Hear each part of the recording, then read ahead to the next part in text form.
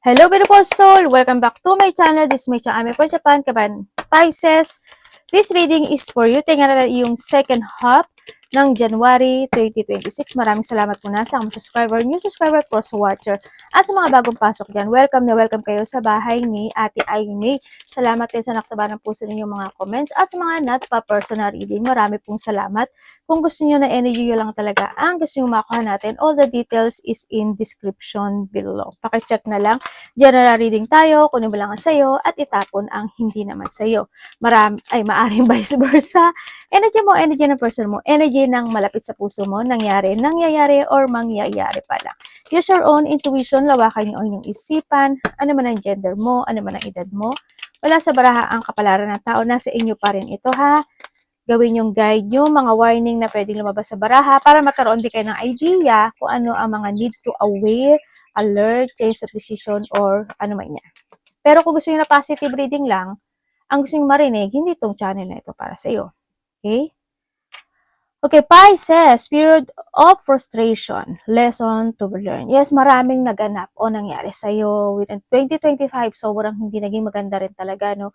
And you need to learn from the past situation into your life. And this is like, if you learn doon sa bagay na yun, mapagwawagian mo, no? Kumbaga, need to let it go na rin kasi itong sitwasyon na to. Maaring iba sa inyo is maaring you are in involvement if it comes to a law or magkakaroon kayo ng involvement sa law situation, ano? Sa nakikita ko. Sa iba sa inyo at maybe you are dealing or relationship with the man with the blonde, gray, or white hair. Pwede naman itong lalaki rin na ito ang nakapagbigay sa ng mga frustration or siya yung isa na naging cause ng iyong frustration in life. Maaaring nagsinungaling, may mga hindi naging maganda yung action niya or mga pangyayari, no? Pwedeng ganon sa iba sa inyo. Tingnan natin. Romance is in the air. Maaaring may mga tao na magbibigay sa'yo ng pagmamahal or handing yung papanig sa'yo o kaya naman ikaw ito sa kanila. Tingnan pa rin natin kung nilalabas. Sa iba sa inyo, this is a new love, no? Sa iba sa inyo, ganyan. Successfully overcoming a problem. Andito yung pag-i-structure, ano? Kung bakit this is a bridge, may mga ano pa siya, di ba? Hindi yung structure. When it comes sa sarili mo, ito, Rose kasi is also, this is you, babae ka man o lalaki, is kung nahandun kanina yung ano, di ba? Yung frustration and learning. Di ba? Is, ito yung you need to focus to yourself or nahandito ka sa sarili mo na may mga bagay ka na ini-structure or may mga bagay ka na ginagawa this time sa sarili mo man yan, sa trabaho mo man yan, in any situation in life. And ma-overcome mo daw ito at magkakaroon ng successful sa buhay mo. Kung saang aspeto ng buhay mo yan ha, mag-ingat ka pa rin, someone's working against you behind your back. Sabihin, may taong mga nagmamatyak, taong mga nakatingin sa'yo, or mga tao na hahanapan ka nila ng mga mali, no? And mag-ingat ka rin kasi maaring yung iba sa inyo is mga bagong taong makikilala or pwede rin na ito is mga taong nasa paligid mo lang na minamatyagan ka na nagiging dalawa ang mukha nila. Ganyan. Kasi andito rin si Rose, no? Kung may mga makikilala kang bago or sa luma din ganyan, ingat ka na lang ano kasi medyo hindi maganda yung kanyang tingin, no, dito. Or baka may mga rat kayo na alaga or maraming rat sa bahay nyo. Joke. And a path with the money is waiting for you to find it. Maaring may mga bubukas na oportunidad para sa inyo, no, na maaring bagong trabaho, kung may trabaho ka, bagong pagkakaperahan or income na pwedeng mag-success ka doon, ganyan. Or kung ano man ito, no, may bagong path na naghihintay sa inyo, going toward to your success kasi andito siya, oh. Yan. O halimbawa, meron kayong mga ginagawa, di ba? Magsa-successful yon dito sa situation. Kung sa pera naman is mag-ingat kayo, no? May mga tao na hindi pwedeng pagkatiwalaan pagdating sa pera. And you need to trust sa intuition mo dyan. Dito ka na nga, working out.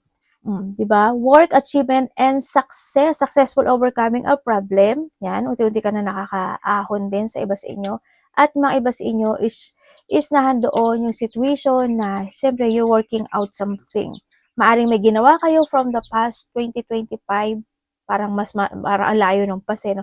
2025, wini-workout mo na yon and this time, you will achieve it. no? Maaring maaring mga nagbukas sa inyo and you will achieve na magsa-successful yon. Sa iba naman sa inyo is kung hindi pa man, is this a time na mag-go ka dito sa path na to and try to structure and you will be success.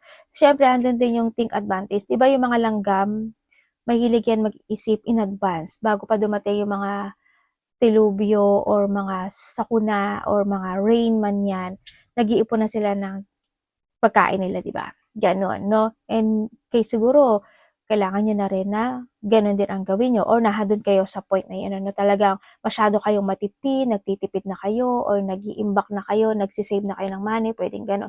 Sa iba at nagtiting na kayo talaga to your future kasi may mga bagong maaaring mga nag-iipon na rin yung iba kasi may mga gusto kayong tahakin na path sa buhay nyo, no? Sa iba sa inyo. Maganda siya, oh. Or maraming langgam sa inyo, sa bahay nyo. And a wish granted. Congratulations! Kung saan man yan, may mga wish granted. Pwede rin yung wish granted kasi andito sa procession, di ba? Halimbawa, ang daming nangyari in 2025 and this time, oh my God, nakalakpas ako dun. Oh my God, kala ko hindi ako makaka-move on. Yung mga ganong sitwasyon. Ano? Kung sa aspeto na buhay sa trabaho man yan, sa love life, or your career, sa pera man yan, kung sa man. Or nahandito yung sitwasyon na merong wish ka na igagrant ni universe. Depende lang yun kung papasok ka doon or gagawin mo yung bagay na yun. No? Sa love life man yan, sa kaperahan o trabaho or career mo man yan, yan. Depende yun sa action mo. Kasi andito si Ant, andito si Bridge, saka si Manipat. Nasa sayo yan. But, ibibigyan ka niya at igagrant niya yung kahilingan mo this time. No? Or sa iba sa inyo, maaari may mga ginawa na kayo na 2025 and it will grant going toward to a success. Tingnan natin na iyong energy. Pisces energy, second half. Yung iba dito, will come sa Manipat, yung mga bagong project, creative, fashion, yan. Yung manifestation mo rin, kasi andito rin si granted, si wishbone. Sino nakakakuha ng wishbone sa sa manok ba yun? Hindi ko maalala kung sa manok siya nakukuha. Sa manok. Sabi nila pag nakakuha ka daw. Sabi lang nila ha, narinig, parang naalala ko lang siya ngayon. Sabi lang din nila pag nakakuha ka daw nung mag-wish ka. Hala, baka bumili nga kayo ng buong manok, ano? Patay tayo dyan. Okay. Your energy. Oh, okay. Okay, energy. Aba, ace, oh. Panalo. Hindi nga ako nagkamali. Di ba? Yung energy mo ngayon is, this is a new you. Di ba? At parang handun ka na sa point na andito ka na talaga sa Manipat, ano? Nandito ka na sa point na mas more kang nagiging careful sa mga salita mo, sa mga actions mo, sa mga decisions mo, sa mga iniisip mo. Nandun ka na rin sa point ng buhay mo na there's a new beginning happening to your life. Maybe you are thinking also about something traveling, malayo man o malapit yan. And then also, yung energy mo dito is more on positive kasi itong nakikita ko sa'yo dito. Andun na rin yung pagiging creative thinking mo this time. Maaring may mga ifo-force ka ng mga idea this time. Maybe there's there's a project, thinking about something, actions, or may mga opportunities na naiisip mo na gusto mo nang gawin. Maybe iba sa inyo is doing something diet or konting exercise, ganyan, pwedeng ganon. Or may mga i-change ka na sa buhay mo or nagkakaroon na talaga ng changes in life sa iba sa inyo. Iba sa inyo is mas more kang magiging aware with comes sa sarili mo din, ganyan. O kaya mas more ka rin magiging aware sa emotions na mga nasa paligid mo, sa mga nakakausap mo, ganyan. Yun ang nakikita ko sa iba. Baka iba sa inyo is travel or magiging very or adventurous ka this time. May mga bagay ka na susubok-subukan or gagawin, no? Yun, nakikita ko. Parang handun ka sa point na may mga inaaral ka to growth or may mga gusto kang aralin to growth. Yan. Ganda nung mo Ganda nung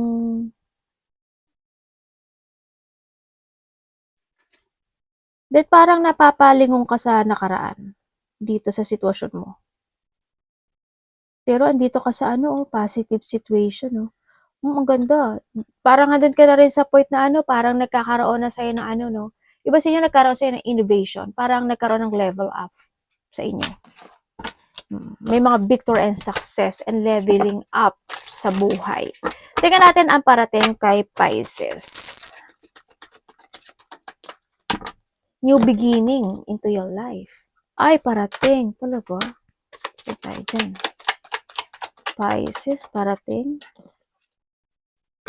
Ano po to? Anong pwede kong malaman? Okay. Okay, parating sa iyo. Parating sa iyo, ang nakikita ko sa iyo dito is, yung iba sa inyo parang may pag-aaralan ata kayo. Yan. Pag-aaralan, aaralin, or naiisip na alamin siya sa atin, aralin. Parang ganon. Ako nakikita sa iyo. And also, parating sa iyo is, dito, sa sitwasyon mo, may tao na, hoping maging mahaba yung pasensya mo dito, ano? May tao na maaaring may a mother figure na kokonek sa'yo. Or maybe siya ang kokonek. Ay, ikaw ang kokonek. Siya ang kokonek sa'yo or ikaw ang kokonek. But, hindi ko lang maintindihan dito is, pwedeng ikaw or siya, vice versa, kasi hindi ko binanggit yung pangalan mo. Energy reading tayo. Dito sa sitwasyon na to, may tao na magsisinungaling. Or pwedeng ikaw or pwedeng siya, ganyan. May mga sasabihin siya na hindi totoo. Ganun ang nakikita ko dito, no? Hoping hindi magkaroon ng burnout situation, ganyan. Yun ang nakikita ko dito. Or handun din yung sitwasyon na maaring may tao na habang nag-uusap kayo or ano man yan, may ikaw or siya magiging mapaparanoid siya sa mga sasabihin. Ganon. O kaya is may tao na magiging very defensive pagdating sa'yo or ikaw sa kanya, magiging rude, ganyan. Maaaring hindi magkakaroon ng pagkakasundo or konting hindi maganda yung pananalita. Pwedeng ganon, no? And or kaya naman sa iba is, pwede rin na may tao dito na malapit sa'yo or do sa connections, pwedeng kasamahan mo to sa trabaho or kapatid, magulang, o kung sino man siya who's connected na ano ba yun? Magkakaroon ng pag-iinsulto. Iinsultuhin mo or iinsultuhin ka niya. Or insulting na mga words, pwedeng ganun, no? Ako nakikita dito. May makakausap ka, ganyan. Sa nakita ko dito. O may kakausapin ka. Baka hindi lang magkaroon ng ano, sana, pag-isipan mo pa rin, no? Hawaan mo lang yung pasensya mo. Also, parating sa'yo, iba sa inyo, ano ba dito? Breadwinner. Yan, may mga parating na dealing, no? Yan. Pwedeng halimbawa, may makikipag-deal sa'yo, may mga makikipag-partnership sa'yo, may makikipag-usap, or makikipagkasundo man yan. No, maaring sa iba is hindi magtugma yung usapan. Pwedeng ganon, no, sa iba. Sa iba is yun nga, may mga recognition, dealing, partnership, yan. Or may mga nakikita ko na parang mga pagpaplano, ganyan. Maaari halimbawa, nagpaplano kayo ng mga kasama mo sa trabaho, o kaibigan mo, or kung sino man yan who's connected sa'yo, maaaring nagpaplano kayo na magkaroon kayo ng union, or magkaroon kayo ng banding, or magkita-kita kayo, pwedeng ganun. May mga planning, may mga union situation ako na nakikita sa iba sa inyo. Yan. Kung kayo naman is nasa social media o kaya networking, may mga tao na syempre yung makakarinig ka siguro or makaka-receive ka sa kanila ng mga information kung saan mo man siya makikuha o ma-receive na hindi magiging maganda yung salita nila. Medyo baka insultuhin ka, laitin ka, ganyan. Yan. At maging defensive ka naman, no? Sabi ka naman. Tingnan natin. Dapat iwasan ni Pisces.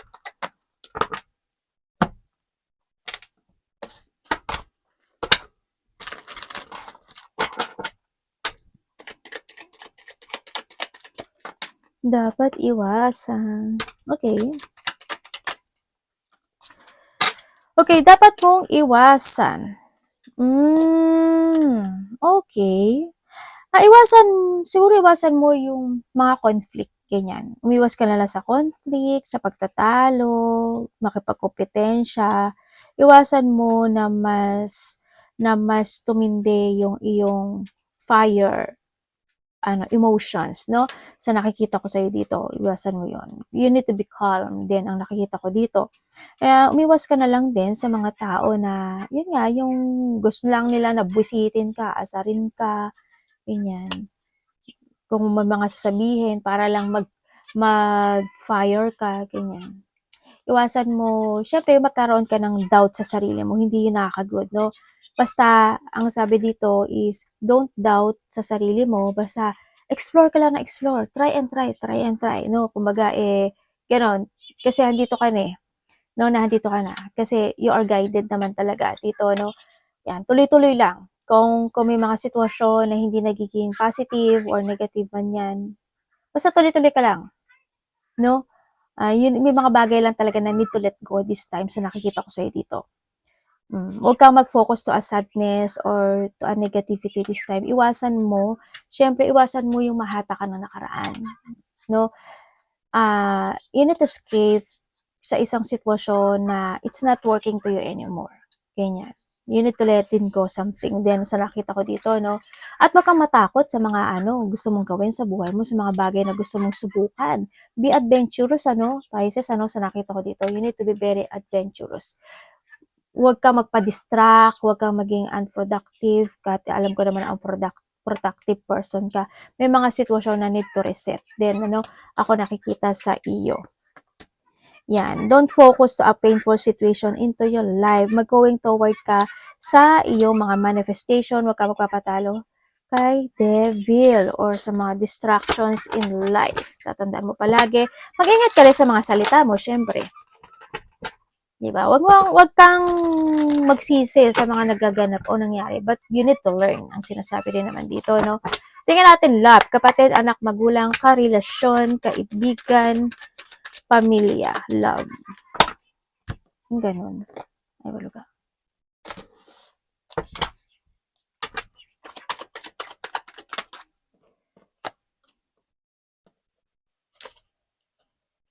Okay. Tandaan nyo, love is also, this is yourself though. Love yourself. Ganyan. Pwede rin sa inyo yan. Okay, when it comes sa mga single dyan. Sa mga daming lumalabas sa yung devil, Mag-ingat ka sa paligid mo. May mga tao na makakaramdam ka ng painful sa kanila. May mga unexpected situation happen. Another message mo na to. May mga unexpected situation, a blow-up emotion na pwedeng maganap o mangyari sa'yo. Maingat ka sa pera mo, ha. And then sa mga tao na makakausap mo, ay nako, grabe ang distraction na ito mangyayari sa'yo. Okay, tingnan natin sa mga single dyan. Sa mga single, sa nakikita ko sa'yo dito, magkakaroon ka ng mga disappointment. Maaaring may mga makikilala kayo, a person na, may taong ma-interest sa'yo dito. Diba sa inyo is makikilala nyo to, maaaring taga ibang bansa o taga ibang lugar. Yun ang nakikita ko dito. Sa iba dito is, this is dalawa. No? Sabi ko na nga ba, dalawa. Again, devil, pangatlo na to. Namumuro ka na. Ba't malungkot ka? Ba't parang nalulungkot ka? Iba dito may sariling business, malaki man o maliit yan, or basta you're a leadership, pero may konting lungkot. May babaeng nalulungkot. Connected siya sa I don't know why, pero connected siya sa work or pera. Kakaroon na pagja-juggling. Okay, tingnan natin. Ingat ka sa mo ha, sa dami mong devil na lumabas. Aray ko, baluga anak. Okay, sa mga single, yes, may dalawang parating sa iyo, no? Sa nakikita ko dito. Iba dito, makikilala nito by travel. Ganyan. Okay, or maybe yung tao na yun is mahilig mag-travel or thinking about traveling. Ganun ang nakikita ko. Halimbawa, sumakay ka, nagpunta ka ng Alabang, pumunta ka ng Alabang, gusto mo siya nakilala, or pwede naman nag-travel ka sa ibang bansa, nakita mo siya sa pwedeng ganun. Basta related siya to a travel. Yan. Sa iba sa inyo, yung iba is makikilala mo siya in a distance. Kasi dalawa siya, di ba? May distance. Either malaki ang distance nyo pagdating sa age, or nasa ibang lugar siya. Okay, kung kayo naman is nagkahiwalay nito, yes, oo, magkahiwalay na talaga. No, andun yung sitwasyon, syempre andun yung pangloloko, lalo na kung may third party talaga. Pero ang nakikita ko dito is magkakaroon ng confession, or nahandoon yung tao na to na gusto kanyang kausapin dahil gusto niya ma-recover muli itong relationship na ito. Yun ang nakikita ko sa kanya. Kung kayo naman is in relationship, kung may mga bagay o sitwasyon na hindi naging maganda from the past situation, and this is the time na nagkakaroon naman din ng developing. Kumbaga, nagkakaroon ng pagsasaayos, no? Ako nakikita, naaari din na you're starting fresh to each other. Ganyan, nagkakaroon na ng bagong simulang muli at nagkakaroon na uli ng lakas o sigla o kasiyahan itong relationship na to. Pwede rin naman na may mga kasal. Ako na nakikita sa iba, no? May mga parating na kasal or thinking about kasal, mapag-uusapan ng kasal. Yan. Congratulations sa mga ikakasal dyan. Congrats sa inyong lahat, ha. And then also, yun nga, is baka kung hindi man kayo ikakasal, maybe nahandoon yung point na naghihintay ang isa sa inyo. Na itong tao na kaya ito ang aking mapapakasalan sa buhay, itong tao na kaya, kung hindi pa kayo kasala, itong tao na talaga kaya ang tao na para sa akin, parang nandun sa point na yun, parang naghihintay siya. Yan. Mamalay mo, yung mga hindi pa kasal, malay mo biglang mag-confess yan sa'yo na, diba? Sa mga kasal naman, na, yun nga, kung kayo is may third party, ang nakikita ko naman dito, naghiwalay na sila. Yun nga lang,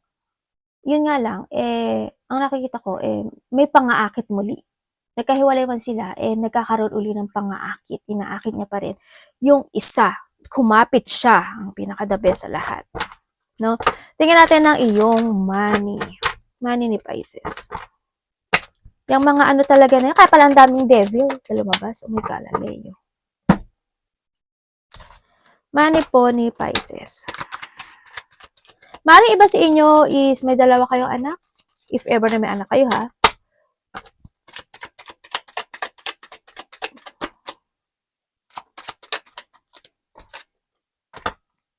Uy, money. Or pwede sa mga single, baka sa mga single dyan, kamsala, baka may biglang magtapat sa'yo. Oh my God. Handa ka na ba? Sabay ganun no? Okay, what comes sa money mo? Yes, what comes sa money mo? There's a victory and success. Ako na nakikita sa'yo. Maaaring nahandoon yung point na you enjoy the reward of success because of the effort na ginagawa mo ngayon or ginawa mo from the 2025 or gagawin mo pa lang. Yes, magiging maganda yung pera mo, no? Maraming blessing na parating sa'yo pagdating sa iyong money sa nakikita ko sa'yo dito. And then, yun nga, kung may mga collaboration, ako na nakikita sa iyo, yun, isa yun sa nagiging successful sa buhay mo. Yan. Kumbaga, may mga dumarating na tao na nagkakaroon ka na connection sa kanila to success. Yan. Mga 2 to 3, may maaring ganun, connected, pero maraming blessing ang parating sa'yo. Hindi siya ganun bonggay news pa sa ngayon, but still, nakikita ko naman na magiging okay siya. No? Yun. Mabibili mo naman yung gusto mo, ganyan, may mga ise-celebrate ka. Yan, may mga celebration, ako nakikita, and may mga tao or may tao na they want to share love and support pagdating sa'yo. Yan, there's a joy or hindi magiging very creative ka this time. Trabaho and money kasi to, no? Okay naman siya kasi there's achievement, reward, and abundance and success. When it comes sa financial, this is a stability financial sa nakikita ko sa'yo dito. Kontento ka naman sa meron ka ngayon. And magkakaroon kayo ng mga iba dito parang naghihintay, may hinihintay kayo. Parang nagkakaroon kayo ng mga gathering, yan, yung mga gathering situation into your life. Iba dito, you're starting fresh in life. Advice po kay Pisces. Okay.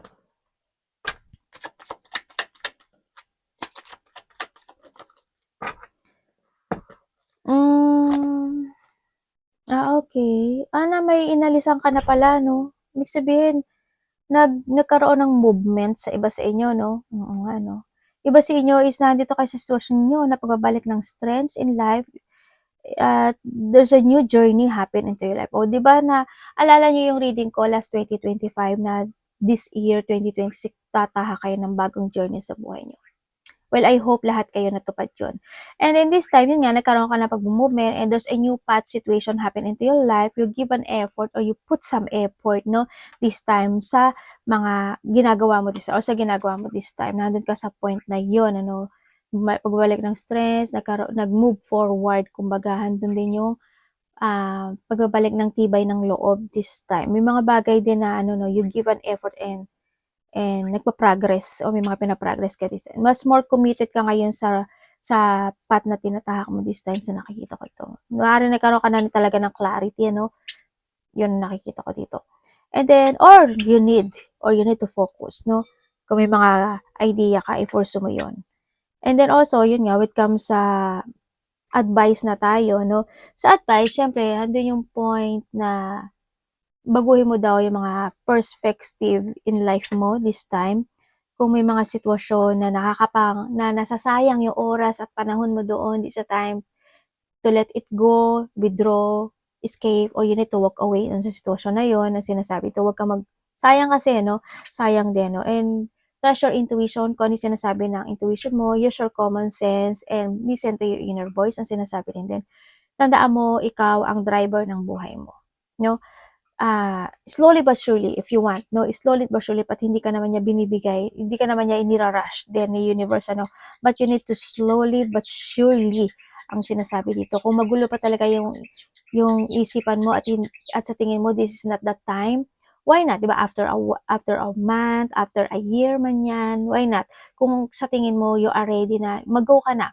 No, yan ang sinasabi dito sa'yo. But, tatandaan mo palagi na huwag kang hihinto, but okay lang na mag-rest, no? Okay lang na mag-recharge, but don't give up.